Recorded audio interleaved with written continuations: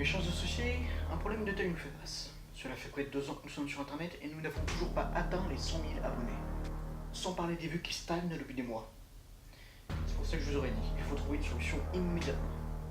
Et surtout plus près de ton jeu. J'écoute vos suggestions. Eh bah... Si je vous dis que le premier à avoir une bonne idée recevra 1000 euros. Alors patron, j'aurais une idée. La pub avec une camionnette.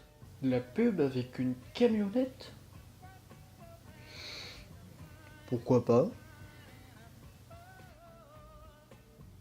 Non mais sinon j'ai une idée qui pourrait marcher. La camionnette pour lâcher des tracts dans toute la ville. Ah oui, des tracts avec marqué dessus un abonnement égale un truc super cher. Une arme offerte. Ah oui, un abonnement égale une arme offerte et un slogan. Biprod, du cinéma dans ta Non mais j'ai une vraie idée.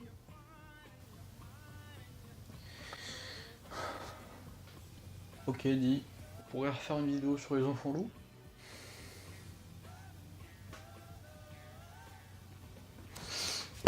J'aime bien l'idée des camionnettes.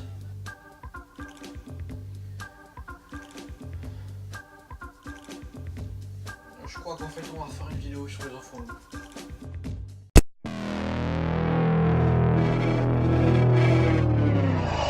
I fight God, just tell me how many burdens left. I fight pain and hurricanes, today I wept. I'm trying to fight back tears, flood on my doorsteps. Life and living hell, puddles of blood in the street. Et en 2009, Mamrou se a une idée.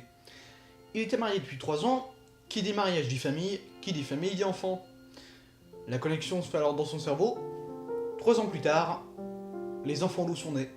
Notre histoire commence dans la banlieue de Tokyo, ou à Tokyo on peut dire les deux, où une jeune femme nommée Anna suivait des études dans une université. Au début de l'été, elle rencontre un homme solitaire pour lequel elle développe de l'affection. Ce dernier révélera être le dernier homme loup de sa lignée, mais Anna ne le repousse pas. Ils vivent ensemble pendant 2 ans et auront 2 enfants, une fille nommée Yuki et un garçon nommé Ame.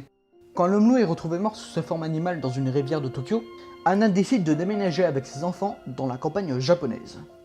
Le film a plutôt bien marché étant donné qu'il a apporté 4,22 milliards de yens, c'est-à-dire un peu plus que le double de Summer Wars. Pour les vieux de la chaîne, j'ai pas à le dire, mais pour les jeunes de la chaîne, bah, c'est mon film préféré. Son écriture, ça a duré 1 an parce que lui au moins il bosse. Et sa production a duré, si je me rappelle bien, 2 ans. Ce film aura marqué un véritable tournant dans la carrière d'Osoda. Son premier film produit par le studio Chizu, qui était à Osoda ce que le studio Idifix était à René Goscinny. Son premier film produit par Yuichiro Saito, qui est le directeur représentant du studio Chizu. Et son premier film dont la musique est signée par l'excellent Takagi Masakatsu, qui deviendra son compositeur attitré. On peut sentir l'idée de vouloir faire un film qui peut parler à la fois aux enfants et aux adultes. L'exemple le plus probable reste la scène d'ouverture avec la voix de Yuki nous expliquant que l'histoire qu'elle va raconter n'est pas un mensonge. Voilà ce que ça donne quand on pense pouvoir faire un film d'auteur en animation. Peut-être me dira-t-on que mon histoire ressemble à un conte de fées. Qu'un récit aussi étrange ne peut pas être vrai. Et voilà ce que ça donne quand Yuki parle avec une grosse envie de pisser. Peut-être me dira-t-on que mon histoire ressemble à un conte de fées. Qu'un récit aussi étrange ne peut pas être vrai.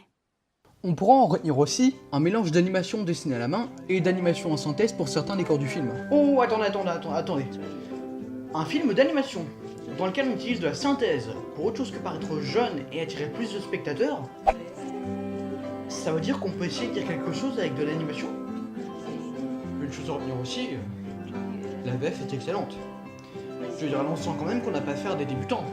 Adeline Chetaille, comédienne de doublage de talent qui a fait la VF de certains personnages du studio Ghibli, arrive à capter le côté calme et réfléchi d'Ame tout en lui donnant une sensibilité qui le rend attachant. Cindy le oh, on s'arrête là. C'est quoi la veste là? 1 minute.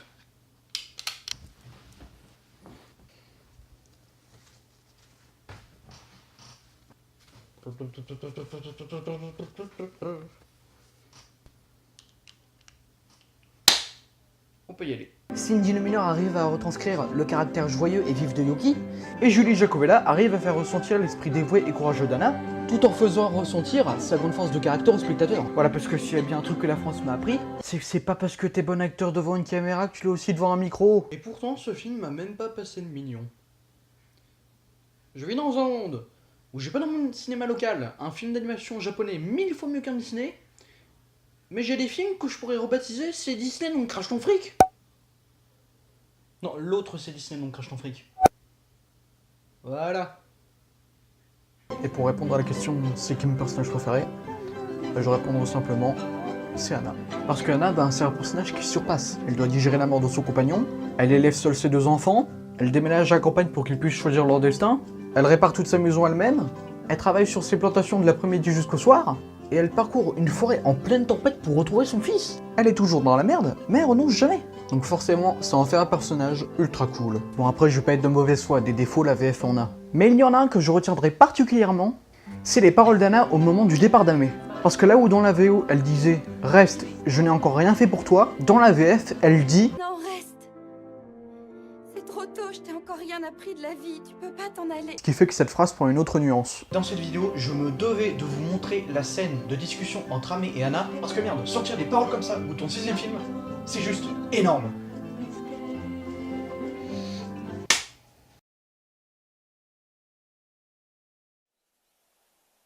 Maman, on est gentils, nous. Alors pourquoi les loups sont toujours méchants? Tu veux parler des loups dans les livres d'enfants? Oui, tout le monde les déteste et ils se font toujours tuer à la fin de l'histoire. Si c'est comme ça, moi, j'ai pas envie d'être un loup. Écoute, Amé, c'est plus compliqué que ça. Les loups, c'est exactement comme les hommes, tu vois. Il y en a qui sont gentils, d'autres qui sont méchants. Certains ne savent pas les différencier, mais n'oublie jamais que moi, je suis du côté des loups.